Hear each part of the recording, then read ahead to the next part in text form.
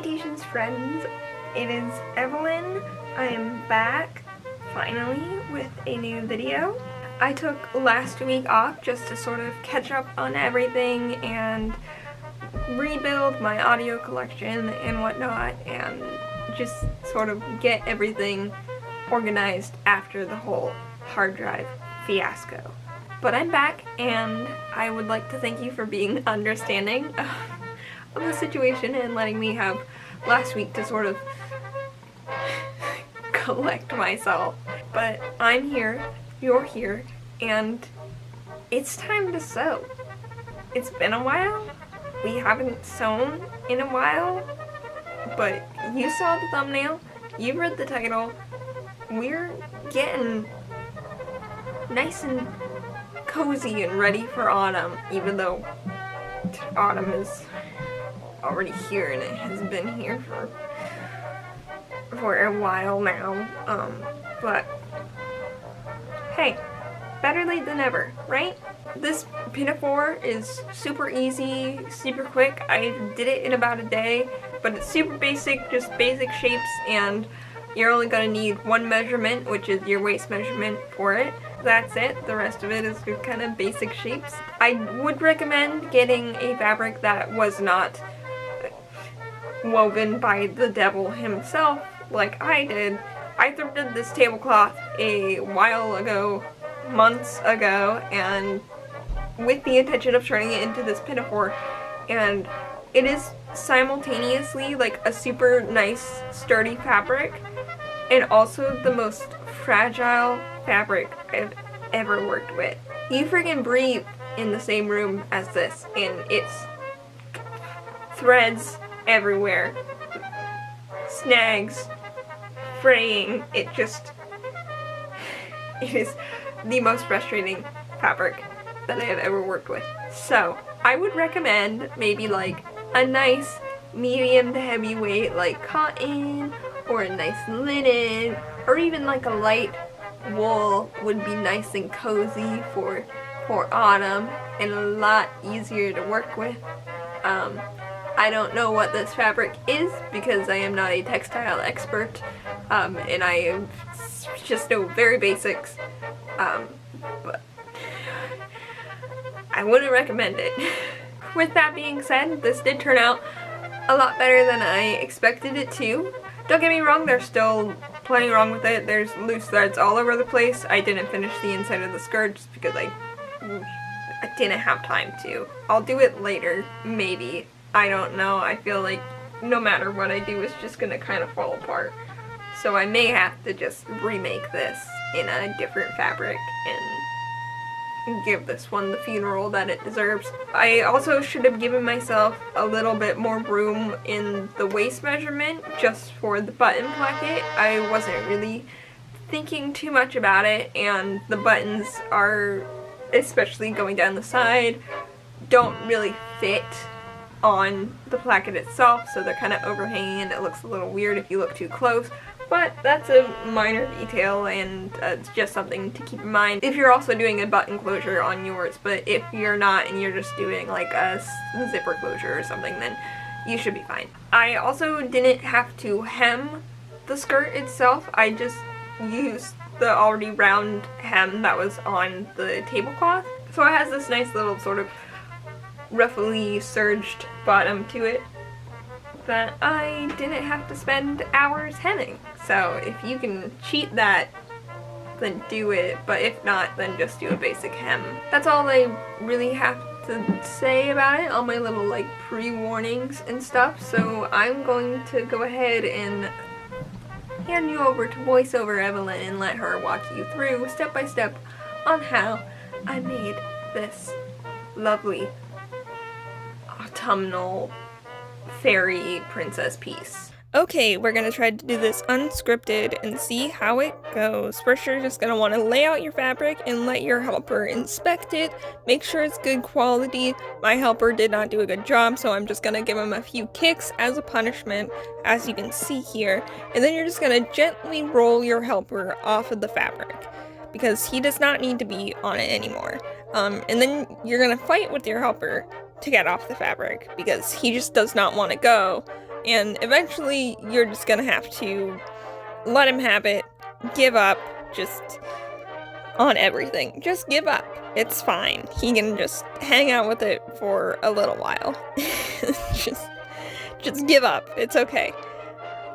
Eventually you'll get your fabric back and you're going to want to fold it in half and start cutting out your skirt. This is going to be about 2/3 of a circle skirt. You're going to just mark out lines with a marker because you always forget to buy chalk when you're at the fabric store, and this time is no different. So just mark that line, cut it out, and then you're going to go ahead and do the same sort of thing for your waist. You're going to mark it, just kind of guess, because, you know, you don't have time to do exact measurements. Move your helper out of the way and try to cut without cutting him. He doesn't quite understand that scissors are sharp and dangerous, so you're just gonna go ahead and pick him up, throw him over your shoulder, get him out of the way, and then just hack that little bit out of the fabric. You don't need to cut it nicely, just go for it, because you need to get this done, and he's gonna come back any minute now. You just gotta go for it. And you're just going to take that little piece that you cut out, and that's gonna be your pocket. Model the skirt, because you gotta make sure that it looks okay. And then you're gonna cut out 2 long 4-inch strips out of that leftover tablecloth material, and this is going to end up being your straps and your waistband. So those are very important. Just let your helper hold on to those for a little while. And then you're gonna cut out a 12 by 12 inch square, and this is going to be the bib of the pinafore, and you're gonna cut this on the fold. Sew that up, make a little pocket, and then go ahead and top stitch all around that, just so it lays nice and flat and it doesn't really bubble up. And that's gonna be the first sewn thing. And then you're just going to take that skirt piece, cut it in half so we can insert that pocket. Pockets are fairly easy to put into skirts. You just sew the pocket halves onto the skirt halves, and then you sew those 2 pieces together. If you have a helper, he'll be able to explain this to you pretty simply. But if not, then there's plenty of tutorials online for it. It's kind of hard to see what I'm doing here. Next, we're going to make the button placket. So you're just going to fold over once on the edge of the fabric, and then again to create sort of a tube that will end up being the placket, and you're going to do that for both of the raw edges on the skirt. Try that on. Ooh, looking good, looking fancy. That pocket action is hot. And then we're going to move on to the waistband. We're going to just cut one of those long strips in half, and then you're going to sandwich the top of the skirt in between those 2 strips, and this is going to create the waistband. So you'll be connecting it to the skirt. And then once you have that sewn, you can go ahead and lay that out on the ground right next to your dirty laundry is perfectly fine. You're going to then take the bib that you made, and you're just going to connect that to one side of the waistband for now. We'll connect the other side later. I apologize. You absolutely cannot see what I'm doing here. And you're just going to do the same thing with the straps, and make sure that if you're doing a crisscross back, you connect them at a 45-degree angle. Otherwise they're going to look a little bit lumpy, but if you're just doing normal straps, then you can just connect them normally. And then once you have that, you're going to flip it all over, and we're going to go ahead and connect the other side of the waistband. I chose the worst way to film this. This whole tutorial is just garbage, and I apologize. The lighting's terrible. The material blends in with my disgusting carpet, and you can't see anything that's going on here, and I'm sorry, and I hate this, but I don't have time to film another video, and I'm sorry. I'm hoping that the construction of this is simple enough, except for this part. There has to be a better way to do this. I did this the most complicated and convoluted way, attaching this waistband. I don't know what I was doing, but I also don't know how to fix it or what I would have done differently. I'm sorry. Anyway, we're gonna move on to figuring out this whole closure to the skirt. Just dig through your hoard of antique buttons that I know you have. Everybody has it. It's normal. I'm not weird for hoarding buttons. I promise.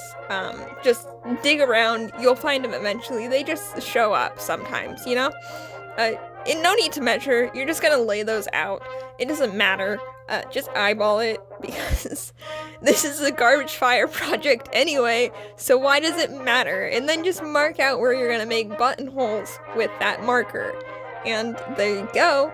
Use your buttonhole maker that comes with your sewing machine, because everybody has one of those, and do that. And then line up those plackets again, and just shove a marker in between those buttonholes and mark where the buttons go. This is the best way that I could think to do this, and I don't know if it's right. I'm bad at this.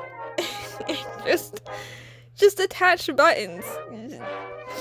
Just sit down, calm down, take a deep breath, and just hand sew some buttons, because it's relaxing. And it's easy, and you don't really need to know how to do it. You can just do it. And there you go. There you have it. And then you're just gonna take those straps, bring them up, and just, again, eyeball it. It doesn't matter anymore. The world is ending. It'll be fine. Just guess. And that's it. Here it is. Here's the finished project. You just don't even film the sewing on the extra buttons for the straps, because who cares about that? Just here it is. This is what it looks like. It looks really pretty. I'm really happy with how it came out, but oh my god, I just want to take a second here in the darkness, between the final reveal and the outro, just to apologize. This is... I thought it was so good while I was doing it, and watching it back and trying to edit this into like a cohesive piece of media tutorial thing for you to follow, what was I thinking? What was I doing? I don't know, and I'm sorry. Anyway, here's the outro. And that's going to be it for me. I hope you enjoyed, and I hope that this helped you in your own sewing endeavors. There will be more sewing videos on the way in October. I've got a couple of thrift flips and also my costume video. I'm very excited. It's gonna be a little bit vintage, a little bit glam, a little bit creepy, and I'm very excited about it. I have all the fabric sitting in a bag right now, just waiting for me to get my hands on it. So that will be coming at the end of October, and then there will be a few other projects along the way throughout the month, along with a few other spooky projects for the spooky season. I've got a few Halloween DIYs. I'm going to be dyeing my hair spooky colors. I've been waiting since I bleached it to do this. I'm very excited. That will be next week's video, so stay tuned for that. This is gonna be the last video where I have it outside of the intro for next week's video, so. Anyway, if you did like this video, then be sure to click that like button, and if you want to stick around, see more of me, see more of my projects, see me get a little more creepy and spooky for my favorite season, then feel free to subscribe. I upload every Friday, and I would love to have you. Thank you so much for watching, thank you for your patience, and don't forget to wash your hands. Goodbye.